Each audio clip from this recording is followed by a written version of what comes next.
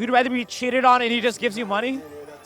Honestly, yes. All I need in life is clothes. And we were together for a year and a half. Broke faithful guy or a rich cheater?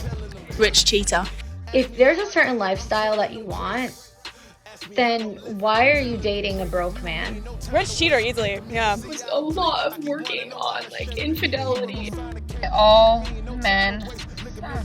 I'm sick and fed up. Broke faithful guy or a rich cheater? Rich cheater. Rich cheater. Rich and faithful man. Yes, I receive your love, but I'd love to be spoiled with maybe a few more gifts. So even though many women complain about men cheating, not treating them right, and of course the classic being emotionally unavailable, but when actually given the choice, many women will still choose the rich cheater over the emotionally available great guy. Sometimes it takes losing a broke man and gaining a wealthy man to know what it feels like in order to be treated as a queen. Now obviously this comes from social media selling them on the idea that you need $1 million lifestyle just to be happy, which is surrounded with more toxic dating advice and constant manipulation, just like this girl right here. Okay, so basically this guy was a bartender at my favorite bar. Let's call him Steve. He was friends with all my mutual friends, and I don't know, he would always ask me on dates and everything every time I would come in. But again, he was the bartender at my favorite bar, and I was gonna get those free lemon drop shots, so whatever. Alright, so already we're off to a great start because this girl obviously doesn't seem to be interested in this dude called Steve, but she likes to use him to get free drinks and gives him the idea that she's interested just to keep his attention and to keep getting those free shots. Now at this point, Steve should just call it off and stop giving her free drinks. However, he decides to up the ante and give her even more free stuff. So the next weekend he texts me and he's like, hey, I have 2 free VIP tickets if you want to come with me to a concert and bring your roommate Alyssa. And I was like, okay, I'm coming. So we're excited, we're getting ready, and Alyssa and I were like, oh my god, we're going to a VIP concert and Steve's gonna give us free vodka sodas for life. So now Steve is getting her and her friend free VIP tickets to a concert, after which he's probably gonna give them even more free drinks. So clearly Steve is being an idiot and they are simply using him. However, here comes the giant curveball that makes me regain some level of respect for Steve and causes this manipulation tactic to backfire on her. Then the night comes and it's crickets from Steve. We don't know if he's dead or alive. He's not texting us. So we're like, this morning he invited us. He invited us this morning. What could have changed? We looked up the venue that the concert was at and we went to the bar next door and just sat at the bar and drank. Angrily drank vodka sodas that we had to pay for, you know? So we were getting mad. So hold up, they were getting upset because they had to pay for their own drinks? Yeah, no entitlement there, right? Where's their boss girl attitude when the bill comes? By the way, drop a like on the video if you're also done with this entitlement nightmare that we seem to be living in, and comment down below what you think. But it actually gets much better. So guess who comes waddling in? 2 hours later, as if nothing happened, Steve. Steve comes waddling in with 2 other girls that we have never seen before in our life. So he decided to give our 2 VIP tickets to 2 other random girls without even letting us know. So obviously, Steve didn't like the look of the defense and simply called an audible last minute. Good for you, Steve. But what's funny about this situation is that in her mind, these tickets were actually hers. She was somehow owed these VIP tickets, even though she only got these tickets by manipulating a guy into thinking he has a shot with her. But somehow, Steve is the bad guy here. But hey, you know what they say, play stupid games, win stupid prizes, and this girl is clearly a winner. Now moving on to the next classic example of the decline of society and why women can't find a quote-unquote good man. I was just getting started on Instagram. He had 11,000 followers at the time and I was like, whoa, like this guy's legit. Whoa, this guy's legit. Yep, if you want to know how legit a dude is, just check out his Insta, and if it's over 10k, he's definitely going to be a great husband and father. My god man, this generation is so broken, it's actually not funny anymore. I mean, we all know that this is the crazy way in which some women are selecting their dates and partners, but to actually hear it said out loud and so confidently is somehow even crazier. And keep in mind, she actually said this about a guy that she did not even like. I was with somebody that I did not really like. I think I was in it for the wrong reasons, and he was just a total bodybuilding bro, and I think I already knew deep down that he wasn't good for me. Which means that the only reason she wanted to date him and fell in love with him was because of his Insta fame, which is crazy.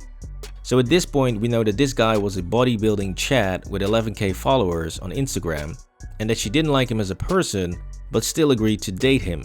So how did that go? I'm not gonna say his name because I don't even want to give him the time of day, because this guy actually ended up single-handedly ruining and destroying some friendships that I had with some of my closest guy friends. That's fine. Like, I was cheated on by somebody who already gave me so many red flags. Well, what do you know? The guy that she didn't like from the start and decided to date anyways turned out to be a complete disaster, and now she's making a video about how she got cheated on and how he treated her badly, which is of course going to be added to a long list of videos claiming that all men suck and asking where are all the good men. Where are all the single men between the ages of 35 and 45 who are also seeking a relationship? Where y'all hanging out? Anyways, moving on, because the next example might just be my favorite since it's a classic example of how men and women differ in the selection process. You see, where women tend to be very picky and only want to date A-level guys, most men on the other hand really don't care that much, just as long as the girl passes a minimum level of attractiveness, even if the guy is A-level himself. So this means that most A-level dudes will simply hook up with multiple average women and collect them as if they're stocking a pantry, and that is exactly what this rich dude did to her. And he actually had 2 other girlfriends, 2 other entire lives. I was the 3rd, so they were there first. And that is just the 2 she knows about, because this dude could have easily had many more women in addition to sleeping around when he travels. So now we have to back up a bit to understand exactly what went wrong here and how she could have seen all of this coming but chose to ignore it all because the dude was loaded. I used to have a boyfriend who owned a lot of property across like Surrey, Hampshire and London. Some of them were rented out, some were Airbnbs, and some of them were just empty properties. You see, not only did this dude own multiple properties in the UK, he actually owned them in London and Surrey, which are both very expensive places to own property. And so here comes the first major clue that maybe he already had at least one other girlfriend. And under the bed, I found some pink blankets and a pink hot water bottle. So I took them to him and I was like, who the frick are these pink things?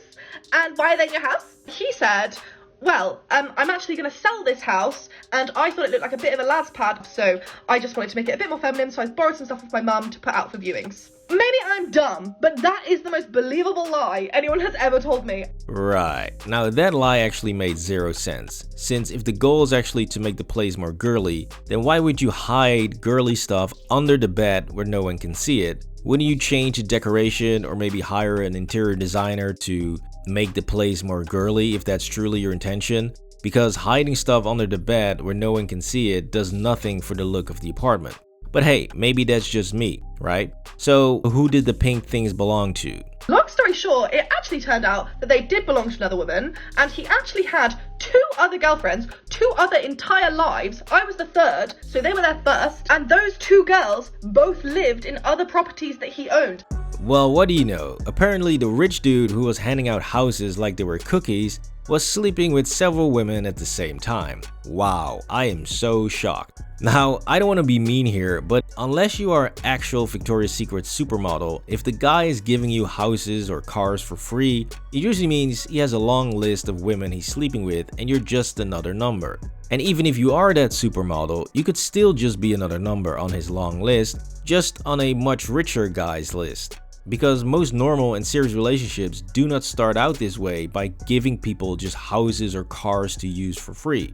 I know social media is trying to push this narrative that it's perfectly fine and normal behavior. A true man, a real man, they don't wait to be asked. They may hear that you have an appointment and they may just offer you a credit card or give you a wage recurringly. But ladies, this is not normal. Now, this little disaster ties in perfectly with our final guru of the day, which is this lady right here, with some truly excellent advice for women on how to stay single forever. If you are a woman and you are in a relationship with a man that has no money and cannot provide for you fully, and I mean everything you need, such as a house, money to live on, and basically everything you need to be provided for as a woman. So basically, you only date men that can give you houses, cars, and some spending money because, you know, why not, right? Now, not only was this exactly the problem of the previous girl, and clearly that did not work out so well, But if you listen to what she's qualifying as fully providing for you, she's only listing one thing, which is money. Everything you need to be provided for as a woman, hair, makeup, shopping, then you are dating the wrong man. You should only date a man who can fully provide for you. You see, not one mention of having chemistry or being funny, kind, nice, caring, or faithful. Nope, none of that. Just money, money, money, money, money. Which just perfectly sums up the problem with dating and social media today. And this is why when you go out and ask this generation, would you rather have a rich cheater or a broke faithful dude, the majority simply says rich cheater. And by the way, broke in this context isn't even a guy deep in debt with no income. It is basically making anywhere between 40 and 60k a year and spending your money wisely, which is apparently the new broke. This was why women can't find good men. Please drop a like on the video and subscribe to the channel for more videos.